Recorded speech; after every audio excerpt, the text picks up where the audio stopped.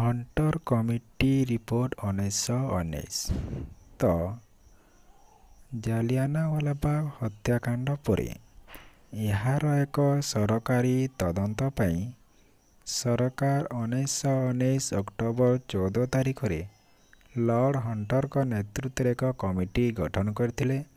यहाकू Hunter committee कहा जाए।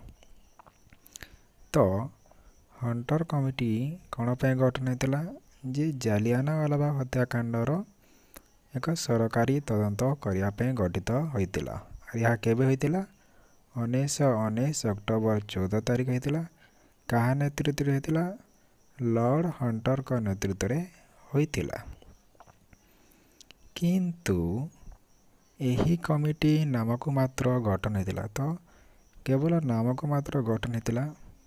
आ यही कमिटी कौन कला जे ब्रिटिश लॉर्ड सभा जनरल डायर का कार्य को अनुमोदन करथिला एवं तांको पाई ब्रिटिश जनसाधारण 30,000 पाउंड संग्रह करथिले। जहाँकि जानिया परे भारत माने अत्यंत क्षुब्ध होइथिले।